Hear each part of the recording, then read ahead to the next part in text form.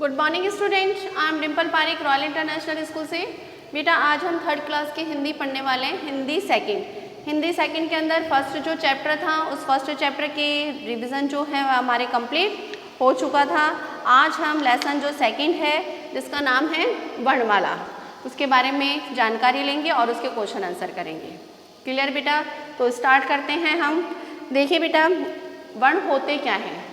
वर्ण बेटा होता है भाषा की वह छोटी से छोटी इकाई जिसके और टुकड़े नहीं किए जा सकते, उसे हम क्या कहते हैं? उसे हम वर्ण कहते हैं। जैसे कि मैंने लिखा, आपके क लिखा, ए लिखा, ख लिखा, अब इनके अपन और टुकड़े कर सकते हैं क्या? नहीं कर सकते ना। तो ये क्या है? वर्ण। क्या है ये? वर्ण, यानी कि भाषा की वह छोटी से छोटी इकाई जिसके और टुकड़े नहीं किए जा सकते, उसे हम क्या कहते हैं? वर्ण कहते हैं। और वर्णों से मिलकर क्या बनते हैं? हमारे शब्द बनते हैं। ठीक है। अब वर्णों के, ये चीज़ आपको समझ में आ गई। आपको वर्णों के टुकड़े करने भली प्रकार से आते हैं कि वर्णों के टुकड़े कैसे किए जाते हैं और फिर उनको जोड़कर कैसे शब्द बनाए जाते हैं। जैसे एक दो शब्द मैं आपको बता देती हूँ। जैसे इसके अंदर पहला शब्द एक बनाते हैं, हम बनाते हैं महल। ठीक है, कौन सा शब्द बनाते हैं हम बेटा? महल। तो महल शब्द बनाने के लिए हम क्या करते हैं? इनके वर्णों के टुकड़े करते हैं। जैसे इसमें ध्वनियाँ, जो ध्वनि यानी कि जो उच्चारण हम बोलते हैं, महल। तो सबसे पहला शब्द क्या है? सबसे पहला वर्ण कौन सा है अपने? मैं। तो मैं, इसमें मैं है, मैं, इसमें कौन सा स्वर आ रहा है? ए का स्वर आ रहा है, तो आप ए का स्वर इसमें जोड़ेंगे। उसके बाद में दूसरा शब्द है। तो है के अंदर आप हलक लगा के कौन काय की ध्वनि आ रही है? ए की ध्वनि आ रही है, तो प्लस आप इस तरह से ए कर देंगे। उसी प्रकार से ल, तो आप ल करके और काय की ध्वनि आ रही है, ए की ध्वनि आ रही है ना, तो क्या आ जाएगा? महल। क्या शब्द बन गया अपना? महल। क्लियर बेटा? तो इस तरह से वर्णों के टुकड़े करके, और या तो टुकड़े कर, कई बार तो क्या होता है आपके ये शब्द दिया हुआ रहेगा और आपको लिखना पड़ेगा कि इसके, इस शब्द के वर्ण लिखिए, तो आपको वैसे लिखना है। और कई बार क्या आता है एग्जाम में, ये वर्ण आपको दे दिए जाएंगे और आपको इसके बारे में पूछा जाएगा कि इससे कौन सा शब्द बनेगा। कैसे भी आ सकते हैं दोनों एग्जाम के अंदर, है ना। तो आप एक बार इन दोनों को भली प्रकार से समझ लेना। अब वर्ण जो होते हैं मुख्य रूप से कितने प्रकार के होते हैं? दो प्रकार के। पहला होता है स्वर और दूसरा होता है व्यंजन। स्वर कौन से होते हैं अपने? ए, आ, ई, उ, ऐ, औ, है ना, ये सारे जो स्वर होते हैं। और स्वर मुख्य रूप से कितने होते हैं? 11। कितने होते हैं बेटा? स्वर मुख्य रूप से 11 होते हैं। उसके बाद में चलते हैं अपन व्यंजन की तरफ। व्यंजन होते हैं कै, ख, ग, गण, च, छ, ज, जण, ट, ठ, ड, ण, ये सारे क्या हैं? हमारे वर्ण हैं। क्लियर? और ये मुख्य रूप से कितने होते हैं? 33। कितने होते हैं? 33, अर्थात 33 होते हैं ये। क्लियर बेटा? अब अपन पढ़ते हैं वर्णमाला। वर्णमाला किसे कहते हैं? वर्णों के निश्चित क्रम को क्या कहा जाता है? वर्णमाला कहा जाता है, जिसका निश्चित क्रम होता है। जैसे क, ख, ग, गण निश्चित है ना, क, ख, च, छ, ज, जण, ट, ठ, ड, ण निश्चित क्रम है इनका, यानी कि उल्टा सीधा नहीं है ना। जैसे क की जगह मैं च बोल दूँ और ख की जगह ड बोल दूँ तो वो गलत हो जाएगा। यानी कि वर्णमाला किसे कहते हैं? वर्णों के निश्चित क्रम को ही क्या कहा जाता है? वर्णमाला कहा जाता है। क्लियर बेटा? आगे चलते हैं अपन। आपके दो चीज़, इसमें दो चिन्हों के बारे में बताया गया है, अनुस्वार और अनुनासिक शब्द। कौन सा? अनुस्वार और अनुनासिक शब्द। अब अनुसार जो शब्द चिन्ह होता है वह कौन सा होता है? आपको पहले समझाया था मैंने, छोटा एक डॉट होता है। और अनुनासिक होता है चंद्र बिंदु। याद आया आपको या भूल गए? याद आया कि अनुनासिक और अनुस्वार आपको जो चिन्ह बताए थे वो कौन से थे? ये तो कौन सा चिन्ह था अपने? अनुस्वार का। याद आया बेटा? और ये वाला जो चिन्ह बताया था वो मैंने कौन सा बताया था? अनुनासिक का। समझाया था आपके, कई बार कॉपियों के अंदर नोट भी डाला हुआ रहता है, अनुस्वार की गलती ना करें, अनुनासिक की गलती ना करें, तो ये जो चिन्ह है। लेकिन आप ये वाला जो चिन्ह आप भली प्रकार से समझते हैं? हाँ, किस नाम से जानते हैं हम? अधिकतर जो स्टूडेंट्स हैं वह इसको क्या मानते हैं, चंद्र बिंदु, है ना। तो इस चंद्र बिंदु भी इसको कह सकते हैं, लेकिन हिंदी के अंदर इसका शुद्ध अगर उच्चारण करते हैं, शुद्ध रूप शब्द समझते हैं तो उसका न है नाम अनुनासिक। और ये चिन्ह जो है वह चिन्ह कहाँ कहाँ लगाए जाते हैं, बहुत सारी जगह पे ये सारे जो चिन्ह होते हैं वह लगाए जाते हैं। जैसे कि आपके अनुनासिक का चिन्ह होता है, जैसे मैंने बोला हंस, है ना, तो हंस के अंदर ये चिन्ह बनेगा। मैंने बोला चांद, चांद में कौन सा चिन्ह लगेगा आपके, चंद्र बिंदु लगेगी ना, इस तरह से, ये इस तरह से चिन्ह बनते हैं। एक चिन्ह और होता है जिसे हम विसर्ग चिन्ह कहते हैं, ये 2 डॉट वाला, जानते हैं विसर्ग चिन्ह। इसे कौन सा चिन्ह है, ये विसर्ग चिन्ह है। ये जो चिन्ह होता है वह कब लगता है, शब्द के अंत में लगता है। जैसे मैंने बोला अतः, तो ये शब्द, ये चिन्ह बनेगा। पुनः, तो पुनः के अंदर ये लगेगा। तो ये जो चिन्ह होता है वह कौन सा चिन्ह कहलाता है, हमारे विसर्ग चिन्ह कहलाता है। और डिटेल के अंदर बेटा आप जब आगे क्लासों में पढ़ाऊंगी ना, जब वो भली प्रकार से आपको इसके बारे में समझाएंगे। फिर आता है आपके संयुक्त व्यंजन।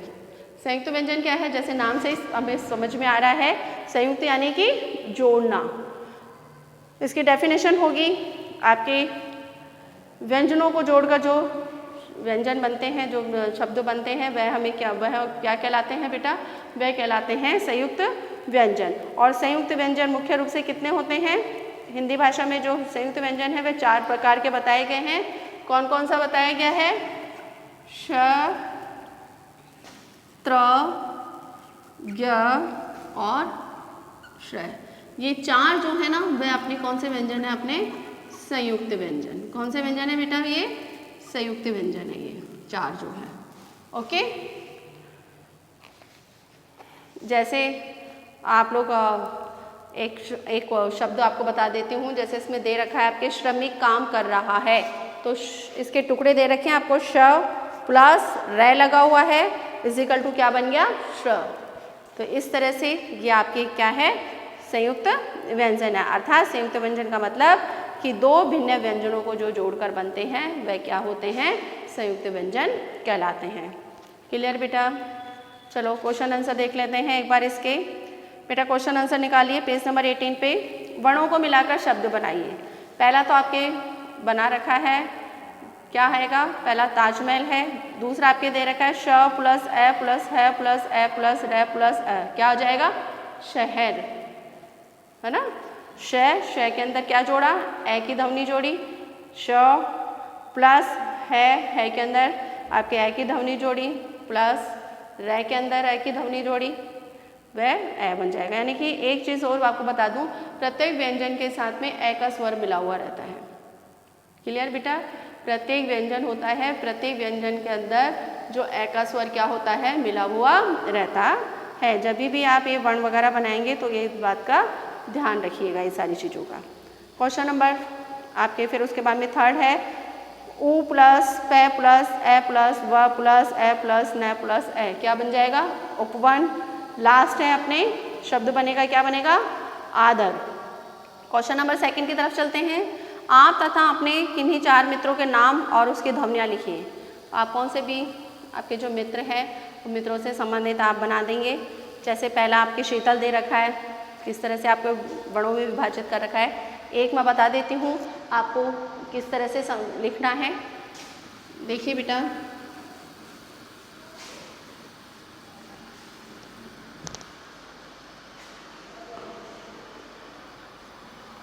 जैसे आपके कोई मित्र है जिसका नाम है निशा, क्या नाम है, निशा। अब इसके आपको वर्णों का इसको करना है, वर्णों में विभाजित करना है। कैसे लिखेंगे, न किसकी ध्वनि आ रही है, न, ई की ध्वनि आ रही है, प्लस श प्लस किसकी ध्वनि आ रही है, निशा, आ की ध्वनि आ रही है, तो इसमें आ की मात्रा जुड़ जाएगी और क्या बन जाएगा हमारे, निशा। उसी तरह से मनीषा, मनन, रजनी, कुछ जो भी आपको बनाना है वो वर्ण से जोड़कर आप इनके बना सकते हैं। एक और बता देती हूँ, जैसे मैंने बताया आपके रजनी शब्द बनाया, तो आप क्या लिखेंगे, रे प्लस ए प्लस जे प्लस ए प्लस न प्लस ई, तो क्या बन गया हमारे रजनी। क्लियर बेटा। आगे थर्ड क्वेश्चन की तरफ चलते हैं। दिए गए वर्णों में से 2 फूल, 2 फल और 2 मिठाइयों के नाम लिखने हैं। लिख लेंगे। पहला जैसे फूल है तो आप इसमें गुलाब लिख देंगे, दूसरे में सूरजमुखी लिख देंगे, तीसरे में सेब लिख देंगे, चौथे में जामुन लिख देंगे, पाँचवें में गुलाब जामुन लिख देंगे और छठे में बर्फ़ लिख देंगे। ओके बेटा। आगे क्वेश्चन नंबर 4। क्वेश्चन नंबर 4 में क्या कर रखा है, अनुस्वार और अनुनासिक चिन्हों का उचित प्रयोग करना है। चंदन में कौन सी मात्रा लगेगी आपने, कौन सी मात्रा लगेगी बेटा चंदन के अंदर, अपने अनुस्वार की मात्रा लगेगी ना, ये वाली मात्रा लगेगी चंदन में। आपके दूसरा मूछ, मूछ में कौन सी लगेगी, चंद्र बिंदु लगेगी यानी कि अनुनासिक। तीसरी में पूछ, पूछ में भी ये वाली मात्रा लगेगी, चिन्ह लगेगा, सॉरी मात्रा नहीं, सॉरी चिन्ह लगेगा। उसके बाद में घ के अंदर ये वाला चिन्ह लगेगा। कंगन में भी ये वाला चिन्ह लगेगा। च में माँ, माँ में ये वाला अनुनासिक लगेगा। गाँव के अंदर भी ये वाला चिन्ह लगेगा और जय पंख, पंख के अंदर ये वाला चिन्ह लगेगा। क्लियर बेटा। चलिए पेज पलटते हैं। पेज पलट के उदाहरण देकर शब्द बनाइए। इसके अंदर उदाहरण देते हुए यानी कि पहला शब्द, पहला वर्ण दे रखा है, उनसे संबंधित आपको 2 शब्द बनाने हैं। जैसे कमल दे रखा है तो कलम लिख सकते हैं आप, है ना, और इसके अलावा एक शब्द आप अपनी मर्जी से बनाएंगे। दूसरा है जैसे सरल, तो सरल से संबंधित यानी सह से संबंधित बनाने हैं, सरल, सहज, है ना, इस तरीके से आपको शब्द बनाने हैं। तो आई होप आपको ये लेसन समझ में आ गया होगा। अब हिंदी सेकंड के अंदर जो है वह हमारे एग्ज़ाम से संबंधित जो सिलेबस है उसका रिवीजन कंप्लीट हो चुका है। ओके बेटा। फिर भी कोई प्रॉब्लम है तो आप मेरे से आके स्कूल में कंसल्ट कर सकते हैं। आज के लिए इतना ही। Good day, goodbye, take care.